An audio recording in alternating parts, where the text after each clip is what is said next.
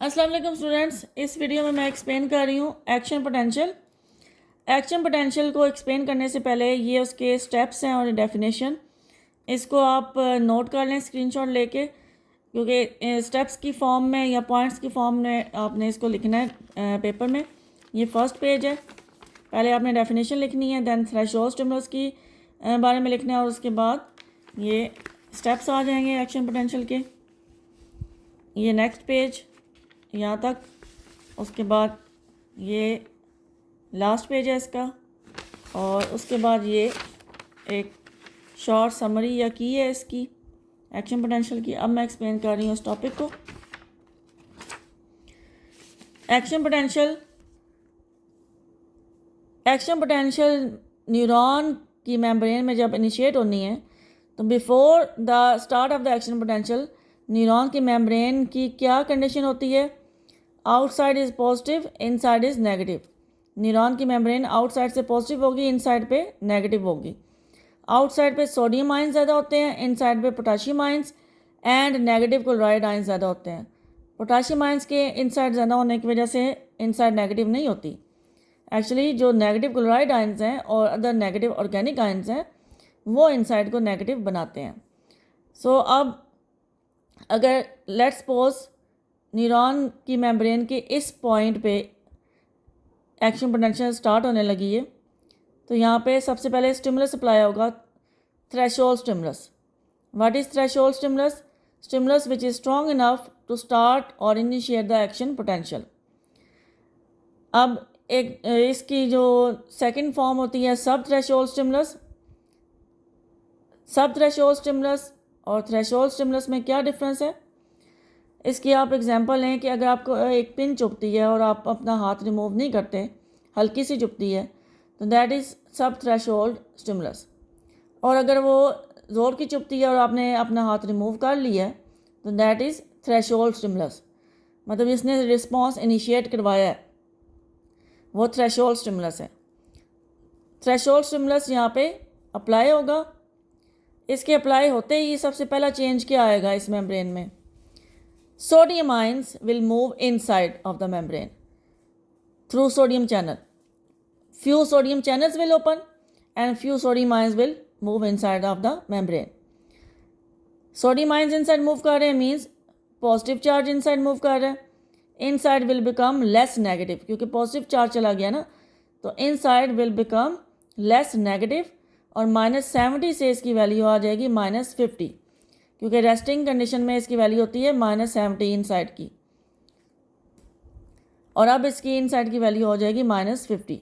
-50 is the threshold value, या ये threshold stimulus की वैल्यू है। इसके बाद जब ये चेंज आ जाता है, ये -70 से -50 हो जाती है वैल्यू, इसके बाद एक्शन पोटेंशियल ने स्टार्ट होना ही होना है। इसके बाद जो पहला स्टेप होता है -50 आने के बाद, that is depolarization. What is depolarization? अभी थ्रेशोल्ड स्टिमुलस जब अप्लाई हुआ था तो few sodium ions moved inside the membrane, but now all sodium channels or most of the sodium channels will open and sodium ions will rush inside the membrane. जो बाकी रह गए sodium ions वो भी अंदर मूव करेंगे। This is known as influx of the sodium ions. अब sodium ions अंदर आ रहे हैं मीन्स पॉजिटिव चार्ज अंदर आ रहा है। Now inside will become positive, outside will become negative. Sodium ions अंदर आए हैं, अंदर से कुछ भी बाहर नहीं गया। पोटाशियम आयन स्टिल अंदर हैं, नेगेटिव क्लोराइड आयन स्टिल अंदर हैं, but due to presence of more positive charge now inside will become positive, outside will become negative, क्योंकि आउटसाइड पे भी कुछ ना कुछ नेगेटिव आयंस होते हैं। इनसाइड पे पहले इनसाइड पे ज़्यादा होते हैं, लेकिन आउटसाइड पे भी कुछ ना कुछ होते हैं। अब बाहर सिर्फ वही रह गए हैं, so outside will become negative, और अंदर पॉजिटिव चार्ज ज़्यादा हो गया है तो inside will become positive. Value क्या हो जाएगी इनसाइड की? अब इसकी वैल्यू हो जाएगी +50 मिलीवोल्ट, जो कि पहले थी -70 रेस्टिंग कंडीशन में, जो कि अब चेंज हो गई है +50। This is the start of the action potential. इसका मतलब है कि अब एक्शन पोटेंशियल स्टार्ट हो चुकी है। डीपोलराइजेशन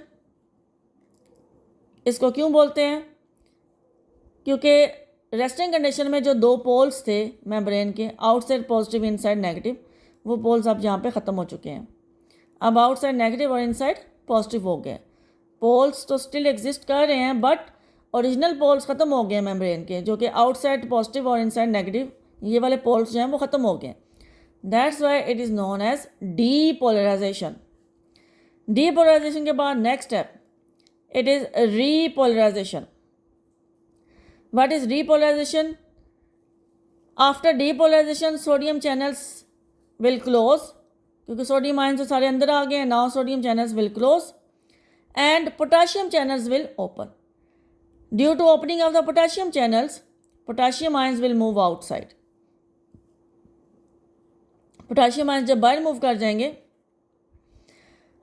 potassium ions बाहर मूव कर रहे हैं मीन्स पॉजिटिव चार्ज बाहर जा रहा है।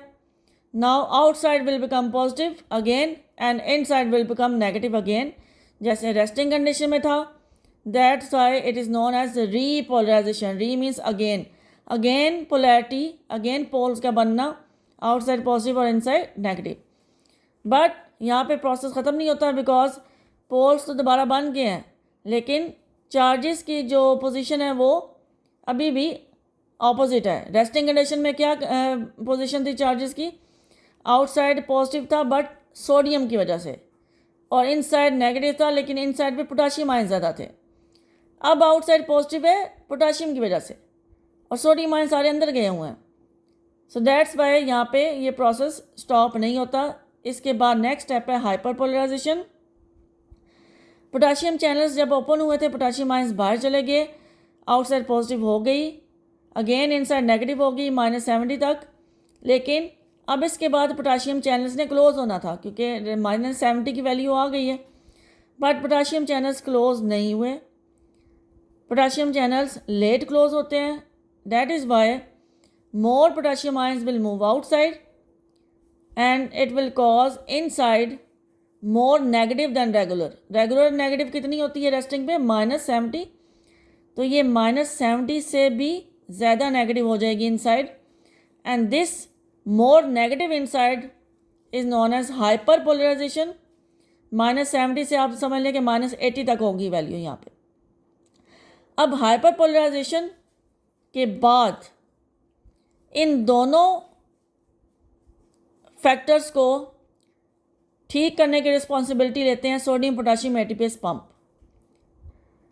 यहाँ पे हाइपर पोलराइजेशन वाले डायग्राम में ही इन पंप्स का काम स्टार्ट दिखा दिया कि हाइपर पोलराइजेशन में ये पंप काम करना शुरू कर देते हैं। इन्होंने दो काम करने होते हैं। नंबर 1, एक तो सोडियम आयंस अंदर आए हुए हैं, पोटाशियम बाहर है, इनको अपनी ओरिजिनल पोजीशन पे ये वापस लेके जाते हैं।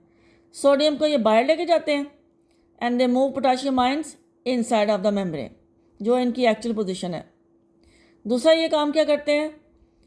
दूसरा इन्होंने काम ये करना है कि जब ये सोडियम को बाहर और पोटाशियम को अंदर लेके आते हैं तो ये इतना ही मूव करते हैं कि इनसाइड की जो वैल्यू है वो -70 तक आ जाए। जो हाइपर पोलराइजेशन में -80 पे पहुंची हुई है वो -70 पे आ जाए, which is resting membrane potential. So hyperpolarization के बाद इन पंप्स के काम करने की वजह से रेस्टिंग मेम्ब्रेन पोटेंशियल इस्टेब्लिश हो जाती है इन रिफ्रैक्टरी पीरियड। रिफ्रैक्टरी पीरियड में ये पंप जो कि हाइपर पोलराइजेशन के बाद से काम करना शुरू हुए थे, ये रिफ्रैक्टरी पीरियड में काम करते रहते हैं और रिफ्रैक्टरी पीरियड में ये काम करके फिर रेस्टिंग मेम्ब्रेन पोटेंशियल रीस्टोर करते हैं। इनसाइड पे माइनस चार्ज, आउटसाइड पे पॉजिटिव चार्ज, और इनसाइड पे पोटाशियम आयंस, आउटसाइड पे sodium ions, inside -70 millivolt resting membrane potential इन्होंने इस्टेब्लिश कर ली रिफ्रैक्टरी पीरियड में। ये काम करना हाइपर पोलराइजेशन के बाद ये काम करना शुरू कर देते हैं सोडियम पोटाशियम एटीपीएस पंप, और रिफ्रैक्टरी पीरियड में ये काम करते रहते हैं।